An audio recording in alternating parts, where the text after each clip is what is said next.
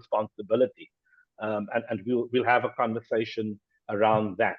And then we'll have some time at the end, maybe just to ask some questions, and hopefully we'll be able to answer those for you as well. Um, so you will notice that from time to time, I'll invite my two colleagues, Dr. JP Cronje. I can see how he's laughing. He's still trying to get used to the ring of that title, doctor. He completed his PhD last year, and I've been waiting to call him doctor, and he still is just. It's like a shy young boy. I don't know how to behave, and I call him that. But JP and Samantha will be. I'll pull them in on different occasions just to participate in the conversation, so that it is not just me sort of conversing and the rest of you are just listening. You've met most of these people, but I think what is important, we're kicking off on Tuesday with the orientation for the youngsters. And so if your youngster are in the room at the moment, these are the people that will be there, except for Charmaine Mitchell. Charmaine is in the room now, but Charmaine is based in Joburg. So she's not part of the Cape Town fraternity, even though she's a big and a very important cog in our wheel. As Charmaine deals with the clients, and she's our client relations person as well. Samantha Abrams is our program manager. And what that means is that Samantha is responsible for all the administrative issues that your youngsters might encounter. So let's just quickly say, what does that mean? What does that entail? Samantha is responsible to ensure that there is an attendance register to say whether the participant has been in class. Now, with JP, who is our LPS, Samantha will make sure that there's a proper record of who attends and who did not attend. Because you can understand, in terms of the program, there's a certain number of notional hours for the participant to achieve in order to be certified at the end of the year as competent. So Samantha takes care of that. So when it comes to attendance, and if a participant cannot make it, it's courteous to inform JP as the LPF that I won't be in class. Who's But JP is not responsible for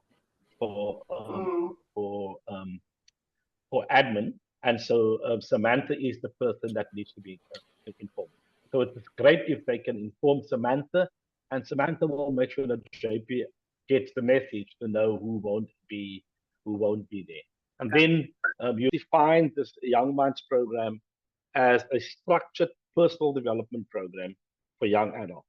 And you can see that I've put the words in brackets there as a gap year. And the reason why I mention that is I think sometimes parents have the expectation that when the participants, so of course it's structured, it's organized, and there's work to be done. But I think since it is a gap year, I think one must just remember that it's not going to be the same workload as when people will do when you do a degree program. Otherwise, the youngster could have just gone and done a degree program. So when we designed the program was designed in such a manner, and I will talk about the scheduling now, where they will do class for 3 days of the week, Monday to Wednesday, and then there are days that they don't have class. And the reason for that is it's a gap year program.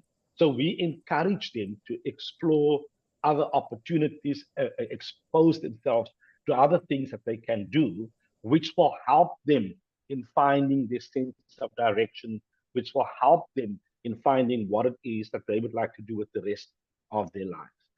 And I thought it's important for us to sort of hold that mirror up and share that perspective, so that when you are, and I can guarantee you, there's more than enough work for the participants to do. When they are not supposed to be in class, those moments are structured for them so that they can do some self-development. And I'll speak to a concept just now.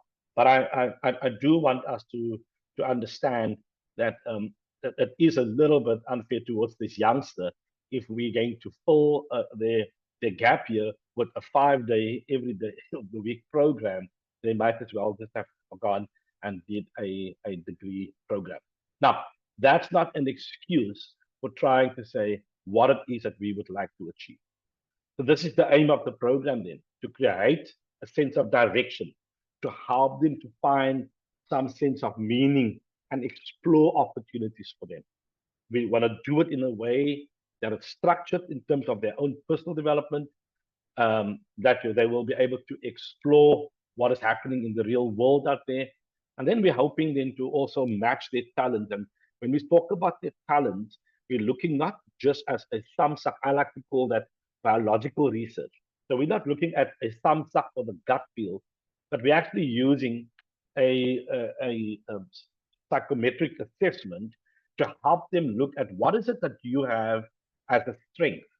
So it's not just me having a conversation with them and tell me what are you interested in, but after they've completed this assessment, there's a strong sense of what are these strengths that you have. You will understand that in the school program, and I used to be a school teacher in one part of my life, but in the school program, sometimes there's a great emphasis on what the child has not yet achieved. And what that means is we focus on telling them what they cannot do rather than focusing their attention to what it is that they can do. So our approach is to look at how do you find out what are your strengths and how can you use your strength to either sort of pursue a particular career or also how can you use your strength to really build a future for yourself. And at the end of the program, they will then find or qualify with a certificate from Stellenbosch University, even though it is not a formal qualification.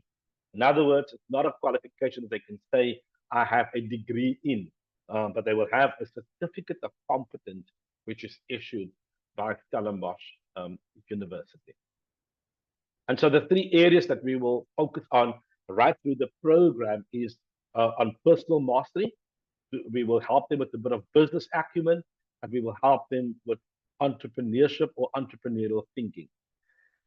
Now, very important to note this. These three learning or developmental areas have different modules that they will cover, but the intention is to help them to build a personal vision. The intention is to help shift their locus of control from a high external locus of control to a high internal locus of control.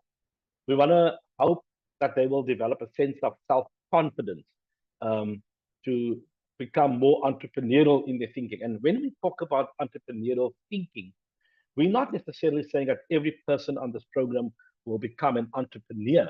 But what we are saying is that they'll be able to think and look for opportunities. Because the world that we work in, even if you are in the corporate, innovation is part of what they have to do. But the world is just changing so quickly and rapidly.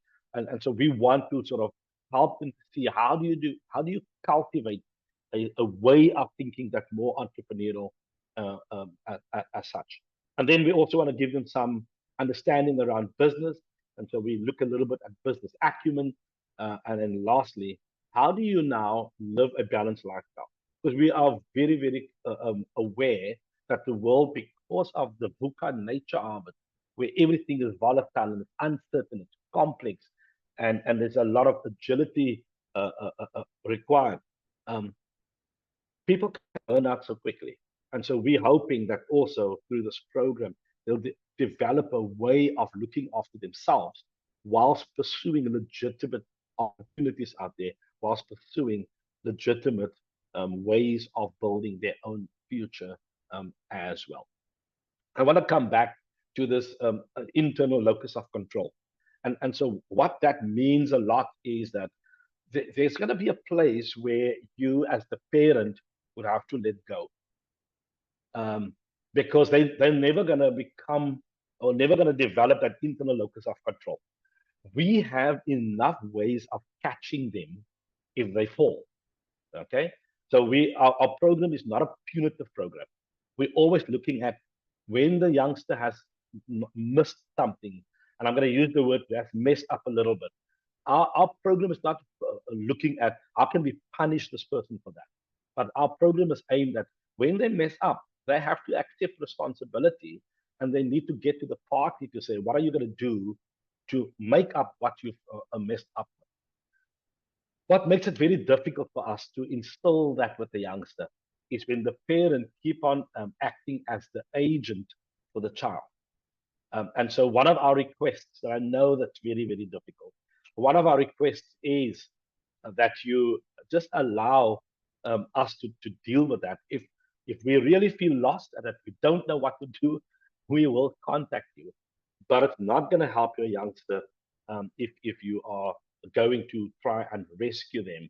And some youngsters, because they have a lack of self-confidence, some of them actually end up asking mommy or daddy to do this for them because but they need to develop that. And that's the reason why I suppose, you've put them on this program so that they can do that. I'm going to call on JP maybe. JP, there was a beautiful example of a youngster we had in class last year. And I remember how this person did that final presentation. And maybe you want to share with the parents, just as an example of what happened with that youngster, the one who played the music during his final presentation. Yeah, I think thanks for that, Kevin. I think the one guy, I think he had some speech impairment that he made me aware of early in the program. So what I did initially with him is when they did group sessions, initially he asked whether he could do it individually and build his confidence. And obviously I agreed with him. And you'll see that there's 5 life planning sessions, what they need to do, as well as 5 business plan sessions where they present in a syndicate. And through this process of him figuring out what to do, he realized that if he plays music in the background, it doesn't distract him. And then he can speak with confidence without any stutter or anything. And I think Kevin was there at the end of the year when he did his final panel presentation. If I didn't tell Kevin that this guy couldn't speak at the beginning of the year, he would not have believed me. So that's an example of where we encourage the students to come to us and say, this is a difficulty I have. We find a way to accommodate them. In this case, we allowed the student to do his presentations individually initially to get over the anxiety. He managed to find a way to build his confidence, and towards the end of the year, he presented like any other student. So that's just one example of we accommodate the students, but I think that it's important. They need to make us aware if there's any challenges. And I think from parents' perspective, if there's anything that I need to know, obviously some of the children struggle with anxiety or whatever the case may be, you're welcome to send me an email up front at the beginning of the year to say, just be aware of this. Then I can keep an eye out for the students and make sure I do accommodate them and understand some of the challenges they may face. So yeah, but I think it's important that we find a way to accommodate them and build their confidence. Yeah, thank you, JP. Thank you for sharing that. And I think the important point there is then it becomes a collaborative process. So it doesn't just remain the youngsters' responsibility, but the minute they start reaching out, JP as the LPF, the faculty, the coaches, they can collaborate with them to move and grow towards a solution that could work for them. And that is why I want to emphasize that.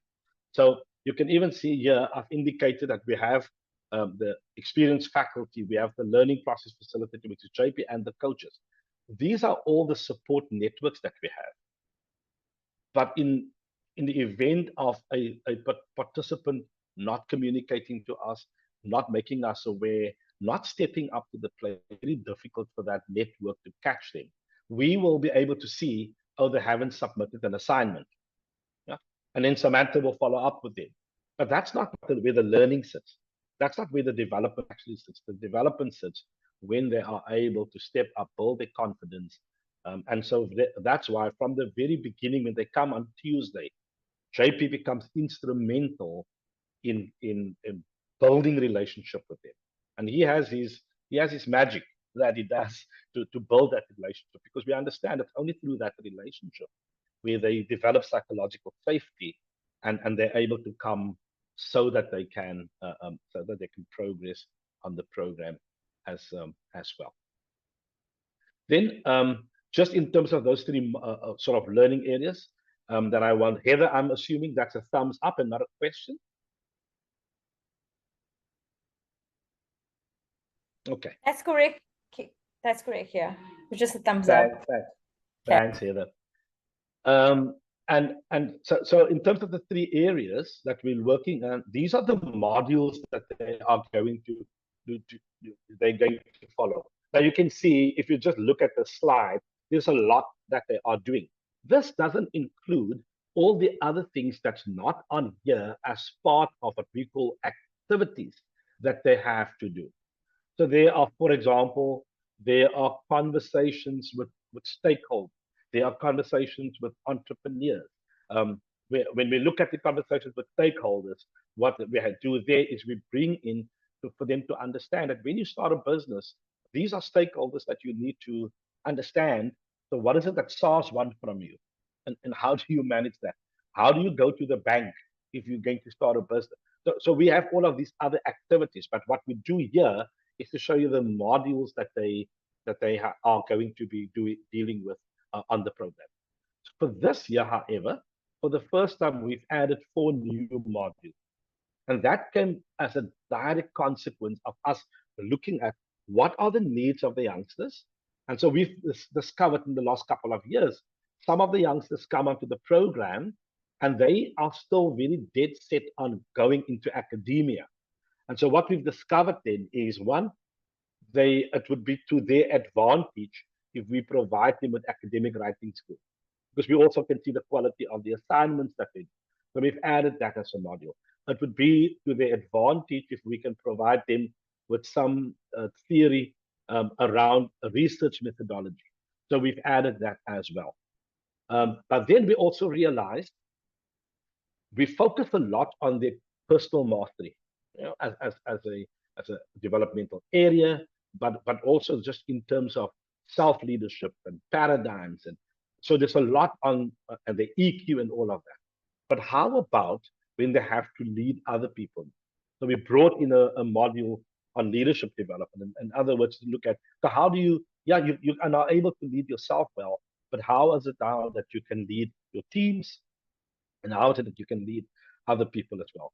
And then lastly, we've also added, because we understand that our focus has been a lot on entrepreneurial thinking, personal mastery, and business acumen. But one area, the area of the future, is to really look at a bit of e-commerce as well, which was something that we felt we needed to give our kids or our youngsters some insight into that. And so these are the 4 new modules that the youngsters of this year will be doing, as this was not part of the program before. Now, I'm just throwing this slide up because I quickly wanted to say this. And this is, don't forget, what we're trying to help the youngsters with is to try and increase the public side of who they are, to try and make them aware and bring to the open the qualities that they know of themselves, increase that, and then also increase the qualities that we, the other people, will know about them. For many of them, there's a big hidden potential at the moment that they don't know. There's also maybe some stuff that they know about themselves that the rest of us don't know. But there might also be some opportunities or some sides of themselves that they don't know about themselves, but we know that, we can see that. So part of this process of making this public side bigger is to give feedback. And so the feedback will be given by JP. The feedback will be given by the faculty, but also we expect of them to disclose. So how do you reduce the private side? You share about yourself. And so when they work in groups, that's when they have an opportunity to do that. And we're really hoping that during the 5 coaching sessions, that they'll have an opportunity to really deal and reduce the hidden side of themselves. Because it's through the coaching process that the coach doesn't know that about them, and they didn't know that about them, but through the coaching process, they've now arrived at a new insight of themselves, a new insight about what it is that they can do, and hopefully that is helping them to frame a future for themselves. The next slide, it's just going to be like a canvas that I want to share with you.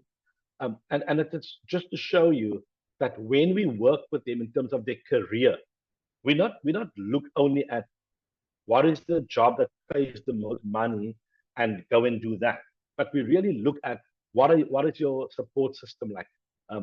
What have you developed within yourself? Who are you? And then look at the options and stuff like that. So there's a reason why I bring this slide up, and that is I'm a clinical psychologist, and one of the things that really is, I find it difficult because I'm a psychologist, but I'm also a parent, and I have the same anxieties that you have about, is my child on the right path? Do they know where they're going to? That when will they find all of this kind of thing? But there's one thing that I need to just highlight here. Finding a career path is not as simple as doing one IQ test and say, or an aptitude test and say, you are set out to be an accountant. It's a process that's much more involved. And because our youngsters have such a lot of choices these days to make, that process is even more difficult for them.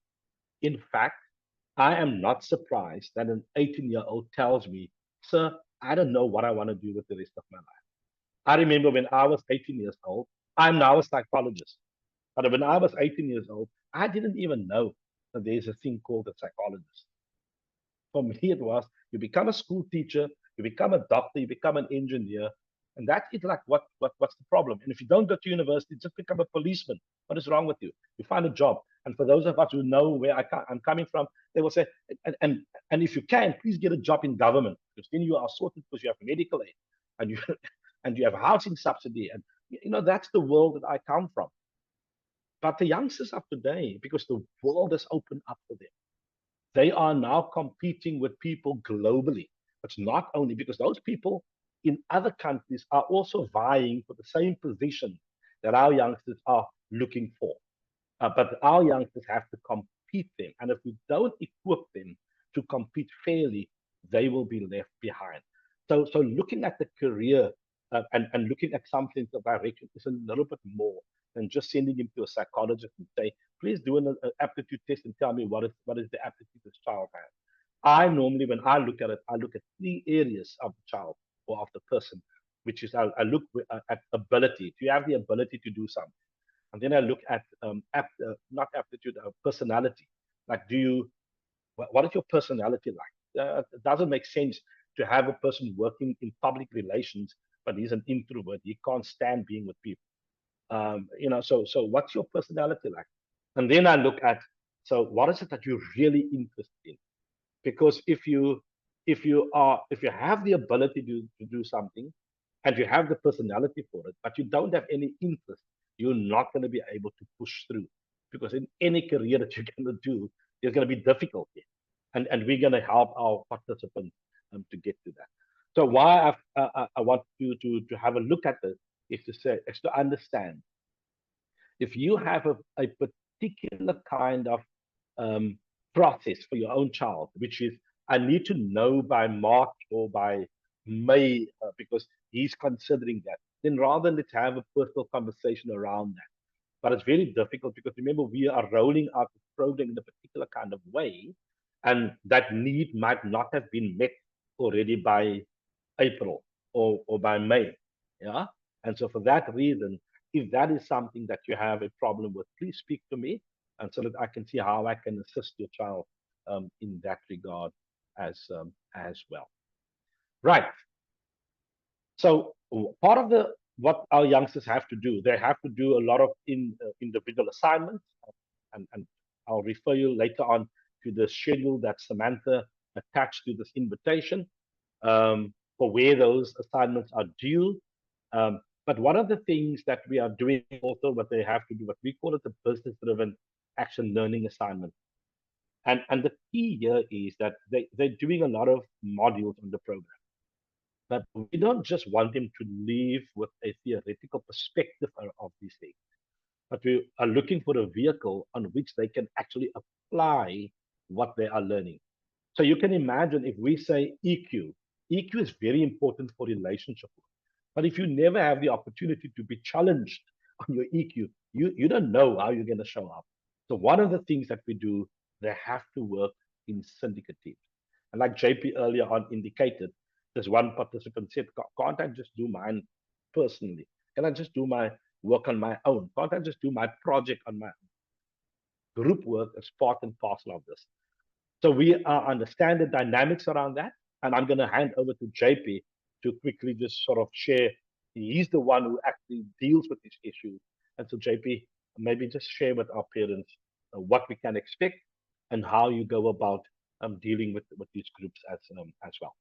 Yeah, great. Thanks, Kevin. I think it's important to know that this business-driven action learning project, or that, as the students refer to, the business plan, that's obviously the biggest assignment they do.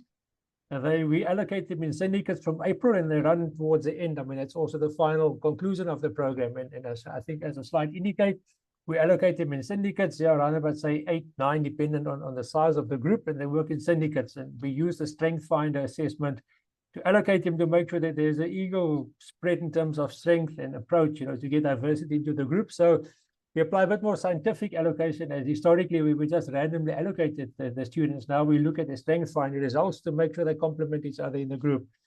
I think it's important to understand that for the duration of this project, they do have, I think, about once a month, once every 5 weeks, they come to me as syndicates, and they give me update on their program, or their progress, in fact. But I think it's important that the learning actually happens in between the syndicate meetings, when they come and give me feedback, because I brief them, and then they have to go and do research and write their plan. So it's important that the actual work is in between the sessions when they give me feedback. That's where the self-directed learning takes place. We foster their independence and accountability. That's important that they need to do, and they manage themselves. So that's important to understand for the parents, although it's not indicated on the schedule. The business plan meetings is indicated, but in between those sessions, and sometimes during holiday periods, they have to do their work, so they come give me feedback at the following session. So besides the integration of the theoretical concepts like marketing and finance and entrepreneurial thinking, it's also, I think, some of the biggest benefits that we've picked up over the years is the students develop the ability to handle some conflict, because inevitably there's conflict in these groups, because not everybody works equally hard. So they figure out, and we help them where we can with handling conflict. There's normally a group leader that they appoint themselves, so people get to develop their leadership competencies.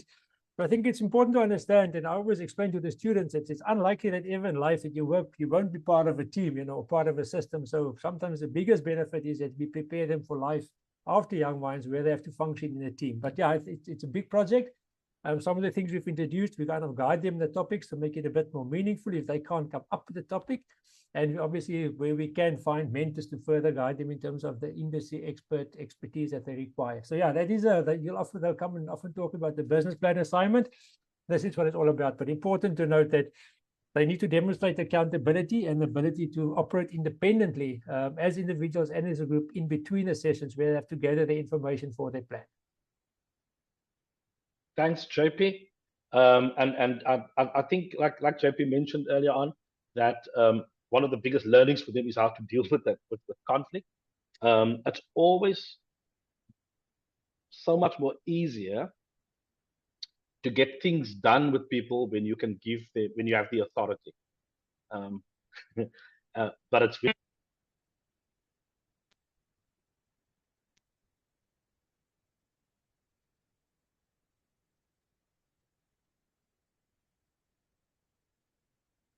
the issue is not just come to JP and JP will solve it for you. The issue is JP take them through a coaching process of helping you to see, okay, so what is it? How can you arrive at actually influencing your peers so that they can do it? And then obviously, like I said, at some point they must still come up with a product. So at some point that will happen, but not before we've actually gone through a process. But we won't let them fail because they were not able to resolve their conflict. We will find a way for them to learn, and maybe in those instances that's where the best learning for youngsters are coming from. I just saw in the chat that Heather, I think it was Heather, asked about whether the psychometric assessment result will be shared with the parents. So when they do the assessment, they get a report. They do it online. And they get a code that they must punch in order for them to complete this assessment. I do the debriefing of that assessment. And so from that perspective, there won't be a time where we won't be able to send that report to you because we don't get the report. The student gets the report themselves. But that is going to be dependent on your youngster if they share that with you. There's nothing that stops them to share it with you. I do, however, think that they might have difficulty explaining to you what that means. And so if you as a parent wants to just figure out what it is about, I can maybe make some reading material available for you to read through it so that you have an idea of what does it mean when they look at these different strings as well. But unfortunately, it's not in our hands to give it to you, but please ask your youngster because they are able to share it with you. Okay. Great. Then I just want to talk a little bit around the individual assignment that causes sometimes a bit of problems, which is we want them to really look have an understanding of what's happening out there in the world of work. So we do two things. The one is for them to do a strategic analysis, which speaks to business acumen, and so we've had a situation where, and so we invite them to go and find an NPO or even a small to medium-sized sort of enterprise, where but we would prefer for them to go to an NPO, and the reason for that is also that they can spend some time doing, and we say about 8 hours of volunteering work at the NPO or at that entrepreneurial venture. The main aim of that, however, is for them to be able to do this business model canvas. In other words, it's an assignment they have to complete. But we're hoping that as they immerse themselves there, they are able to complete this business model canvas, which will lead to they will have to do a pestle analysis, and then ultimately they will do a SWOT analysis as well. They submit that after, which that gets graded as well. Why we just want to spend a minute to talk about it. So when your child chooses the NPO, now we are not in a position to negotiate that for you. But when they have difficulty to find a place where they can do that, if they come to JP, contact myself, we may be able to guide them in the direction where they can do that. We understand that some of the kids are not from Cape Town, they're not from Stellenbosch, so they would have a little bit of difficulty. But at that point where we talk about where's this place where they not take personal responsibility. So we invite them to do it themselves. If they have a problem, come forward, speak to us, and let's see how we can help. We will definitely assist them. We won't just leave them to their own device, but it is a place where they now need to bring their own internal locus of control to try and deal with that. Outside of that, we also want the youngsters to, during the time that they have off from class, so on a Thursday and a Friday, they won't have class. We also have this opportunity for them to say, we want you to get exposure to the real world of work there. Now, I know when they were in high school, they had to go and do some job shadowing and stuff like that. Now, we're saying if you can at least have about another 20 hours that you can do, and not at one place, but really explore what are other places, what are other organizations like, what does it mean to work there? Now, obviously, if they come to me and they say, Kevin, can I come and see you? Like, what does it mean to be a psychologist? It's a little bit difficult because I can't have them in a counseling session. But I might be able to say, as a psychologist, I do facilitation, and this is what it looks like. Would you mind joining me? And they can join us doing that. On the 15th of this month, we have an open day at the university. So I'm already going to ask them in next week if there's anyone who are interested in maybe becoming a facilitator and want to explore that, to come and maybe volunteer some time with us. So myself, Samantha, JP, our entire team will be there. And it's an open day for the university. But so your youngsters, we use 2 of them who offer the services, and we utilize them within the room. We've asked them to say something to, so that it builds their confidence in public speaking, etc. But that is separate from the NPO assignment that they have to submit. And again, in that regard, the aim there is for them to, if they can find a way to earn money, that's fine. But that's not the reason why we do that. The reason is for them to get to the point where they say, I'm exposing myself because the only way I can really understand what my what I am good at, and where I would like to and how I feel about doing certain things, is by immersing yourself into that situation as well. And then I'm going to ask my colleague Samantha to talk to this particular slide, which is just a couple of things then that we want you to keep in mind for your children. I want to emphasize. So we're sharing this with you, but you'll see most of this responsibility sits with the youngsters. My view and my reason for sharing it here is to say, check on your youngsters. It's far better for you to check with them than for you to check with us. And if you're struggling there, then maybe there's something we need to talk about. Why is it that you don't have the liberty to talk to your youngsters? But check with them in terms of these things as well. Thanks, Samantha. Thank you, Kevin. Good afternoon, parents. We're really looking forward to receiving all your young people on campus next week and taking this journey with them. So just a couple of things I want to bring to your attention with regards to the administrative issues on the Young Minds program. So as Kevin so beautifully said, that we would like you to check on your youngsters. It is not something that I can do because I'm not physically with them in class to make sure that they are in class and that they throughout the day or throughout the morning. So, we can't physically do that, even though we would like to. So attendance is compulsory, and it is compulsory for them to sign the attendance register that will be made available to them daily. JP will obviously just, make them attentive of the attendance register that will be in class for them. And it's their responsibility to ensure before the end of the day is over that they have actually signed the attendance register to indicate that they've been present. And the reason why I say this, the reality of the situation is the youngsters are all at campus. There's lots of fun and things happening at campus. So they kind of get missing somewhere along the middle, the morning, in the middle of the morning, or they disappear somewhere after tea time. And, they're not getting really the learning if they disappear so every now and then. So it is important that they sign the attendance register. It's important that they attend every session that we have because it won't be repeated again later in the year. So they won't have an opportunity to be able to get that information for that day. So attendance is compulsory.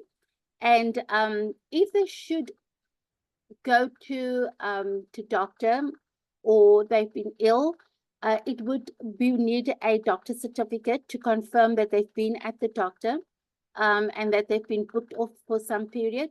If they have driver's license lessons that they need to do, or they need to go and pass out their drivers, I would like to bring it to your attention and ask the parents to please ensure that they do it on the other days that they're not in class. They are there from Monday to Wednesday. If they can perhaps make those arrangements or appointments or any doctor's appointments outside of the Young Minds sessions that they have, because they're only there till 12:30 in the day, so they can even do it, after they've been in class. For the parents that are sending their kids from Johannesburg or KZN, wherever, just pop a phone call so now and then and see if they're in class, if they're okay and so forth. Because we have had instances where we had somebody from Canada whose parents was in Canada and their child was just not in class and we didn't know where the child was and we started panicking because he was never here. And we discovered that he's just been hanging out somewhere with his girlfriend. So, these kind of things we don't know, so please just check on your kids ever so now and then and see if they're okay if they're not from this province. Then with regards to the coaching sessions, I don't get to manage the coaching sessions. The coaching sessions are managed by the coaches themselves, whom they will meet during orientation next week. So the coaching sessions are compulsory as well. We have had in the past where students just don't pitch up for the coaches. And we will remind the students that the coaches are actually, that is their field. And as we know, time is money. So if they put out a certain period for to meet with the children and they don't rock up, or they don't send a message to say that they won't be able to make it, that is time lost for those coaches. So we will mention it to them as well, but if you could also just emphasize to them the importance of them attending those coaching sessions, because it's also part of them passing the program at the end of the day, to actually be in all those 5 coaching sessions. And it will also assist them throughout the program, which is actually the purpose of these coaching sessions. Also with the assignments, they all must submit their assignments as per the due dates given them. And if they've not managed to pass the first submission, they do get one more opportunity to submit that assignment. We would like everybody to submit the assignments all at time, on time. So if you have if your student is at home with you, you can just check up on them to see, because we're all here to support them to go through this program and to successfully complete it at the end of the year. And yeah, because they have to pass all of their assignments and the BJAL, and attended their coaching sessions in order for them to receive their digital certificate at the end of the program. And then mentioning the certificate, it is a digital certificate. It's not a physical certificate, which they will receive in November once they've completed the program and the BJAL. Okay, any questions we'll answer later. Thanks, Kevin.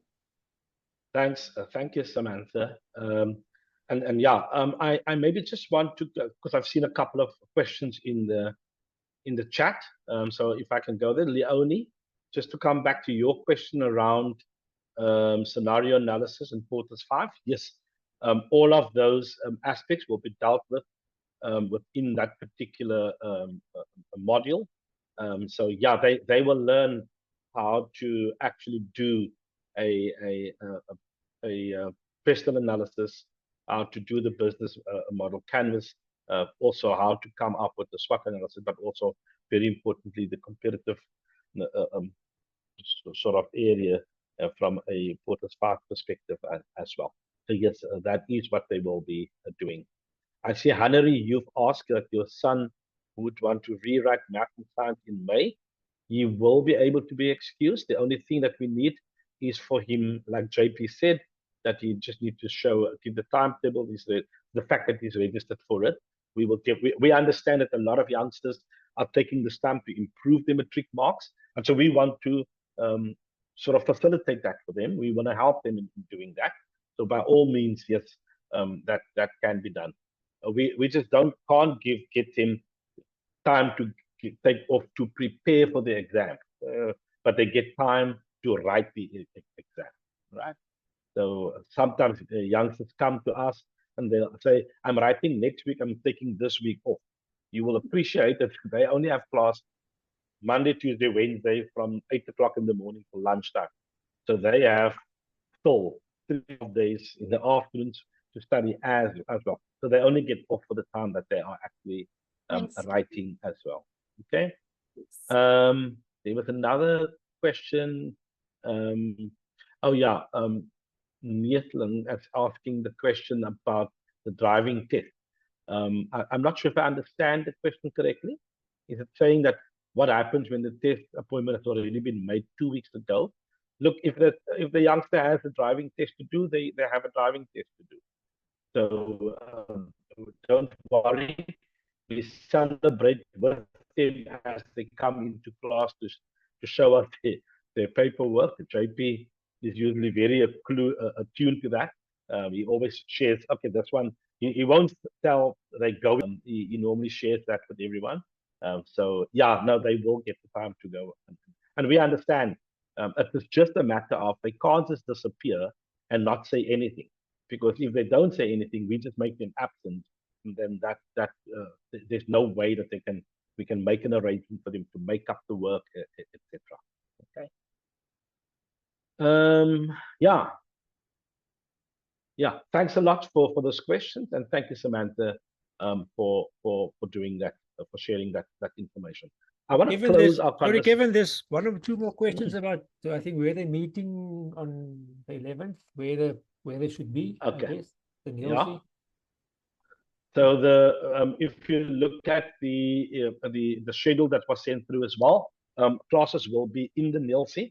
That's usually the easiest place to find in Stellenbosch or at university. It's called the Nielsen Student Center. So classes are on the top floor in the Fear Hall. Samantha will probably just type it in there. So all they have to do is, when they come into the Nielsen, they must just come up with the stairs or take the lift up to the top floor, and you'll see our banners will be there where they will attend classes. So on Tuesday morning when they arrive, that is where we will be waiting for them. The ladies, Samantha, Amira, etc., will have a register list for them, and they will then sign in as part of the morning proceedings as well. And Nessa, your question is it structured in terms of terms? So it runs for the year, but we are following the terms of the university. So you will see on the scheduling as well that we will have normal breaks with the university terms as well. So when the university has holiday, we will have a break as well. I maybe just wanted to add something to what Samantha was saying. She was talking about the makeup opportunity on the. So we get, and I've mentioned earlier on that we do want to see our youngsters succeed. We're not punitive, but in spite of that, we still have youngsters who just don't step up, and that's just one of those things. There are consequences as well. But for example, right throughout the year, they need to submit assignments, and they have to write 2 exams as well.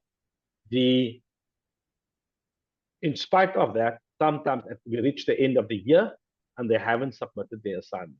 So that week of the 27th of October to the 3rd of November, we normally, so there won't be class that week, but that's the week where we give to youngsters to say, you now have an opportunity. If you have anything outstanding, please submit it now. Please get it completed so that it can be assessed and so that you can be successful.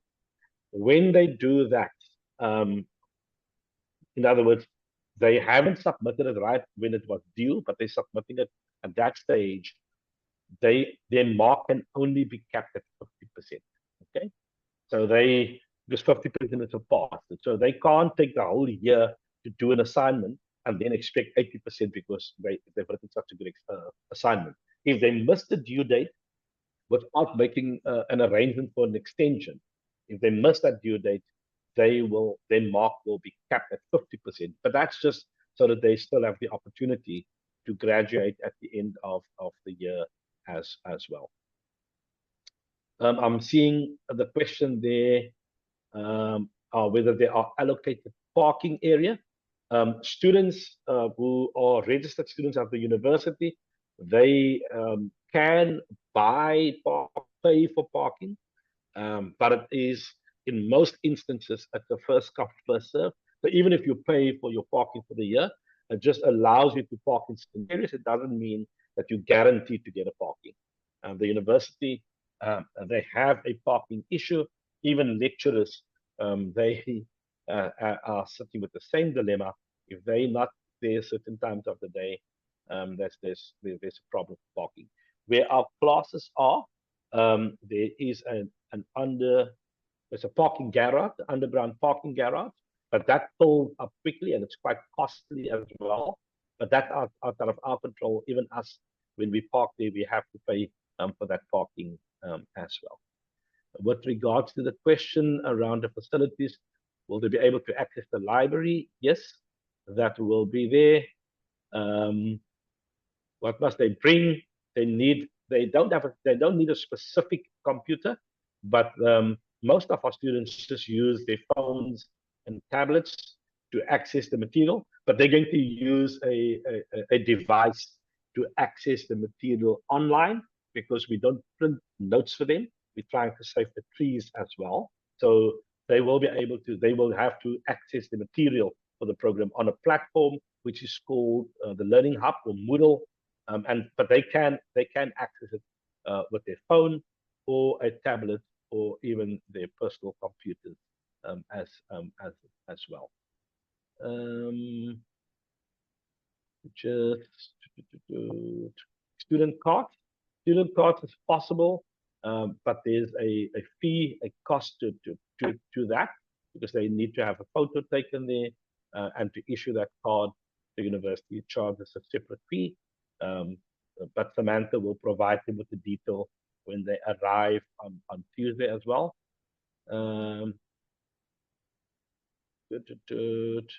Active Library, I've spoken to that. Yeah, they will, Bram, in terms of your question, when they arrive, they will get a bag, and in the bag they will get. We have this year we've designed a. Sam, you must help me with the word, a ring book. Is that the word? But they have a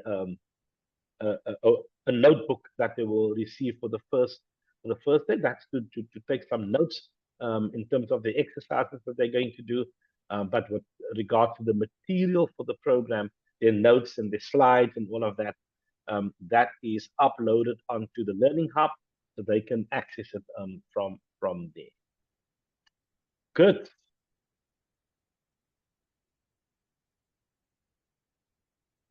Okay, Ricardo, you're asking about, I think there's 77 students when we checked this morning. And then, yes, they will be in one group, but they will be divided into syndicate teams as well. So, yeah, and then we're starting, Samantha, can we just help with the starting time for Tuesday, please? Because I don't have that with me. I think it's 9 o'clock for registration on Tuesday. 9 o'clock for registration. So. Okay, thank you. Anka, in terms of textbooks, no specific textbooks. The way we structure the program is so that they don't have to incur expense for buying textbooks. But faculty members will always make recommendations with regard to what will make up some good reading for them. But those are not compulsory textbooks that they're going to need for the program. All right. So I might just add there, we normally ask the faculty to upload interesting articles relating to the topic. So they do have access to the slides for the day that the lecturer shares. And then most of the lecturers then also share interesting articles or links to websites that link to the subject. All right. Good. Then as I'm closing our time together, I just maybe wanted to share this as well. So we are always looking at how can we make this program of the Young Minds count towards something for our youngsters. So we are happy to announce that we've succeeded into arranging for this articulation. And what this simply means, this is a university in the UK, which is they focus on distance learning, and at the successful completion of the Young Minds program, the candidate would be able to enter into year one of the foundational degree in operations management. For more information about that, if the youngster is interested, I know this can be overwhelming, but as the year proceeds, we can provide them with more information around that. But that is just to say, this is one of the arrangements that we've made, so that there's at least a way for a youngster to say, I've done this, now what can I do with this? And so they will be able to access this program at Lincoln University in the UK. I said earlier on, at the end of the program, we're going to put the email addresses down here and the contact detail. At this point in time, I would advise if you can maybe take a screen grab, just so that you can have my email address and Samantha's email address, and then also JP's contact details are also at the bottom. It has just gone at 5:30, And so we've planned to be here for an hour. And thank you for the questions that you've posted there. Leslie, yes, they will be allowed to go to the open day because the open day is on Saturday, the 15th. So they definitely are free to go and join. We will also remind them during our interactions with them next week to make some time to go and visit the open day as well. There is some access on campus. We have been promised that they will, but that's been always a little bit problematic. So we recommend that if you can have a good backup, that's great. But there is some access for internet on campus as well. Okay, so that access is obviously not at where they stay, but we can talk about like where we are. And like I said, it's usually a little bit problematic because of the amount of students who go on at the same time, etc., in the room that we have. So there will be the recommendation is that they have a little bit of their own stuff as well. Yeah, the classes, as mentioned, will be in the Nielsie. I think Bram earlier on so aptly typed it into the chat there. It's the 4 hall in the Nielsie Centrum, and which is on the right top floor of the Nielsie. Great, ladies and gentlemen, I want to say thank you. Looking forward to welcoming your youngsters on Tuesday. We will be there on Monday to just set up and make sure that the bags and everything is ready for when they arrive on Tuesday. But thank you very much for choosing us, and we're looking forward to a great year of building your youngster up so that they can reach the point of where they can achieve their full potential as well. Thank you for your time. Have a lovely evening.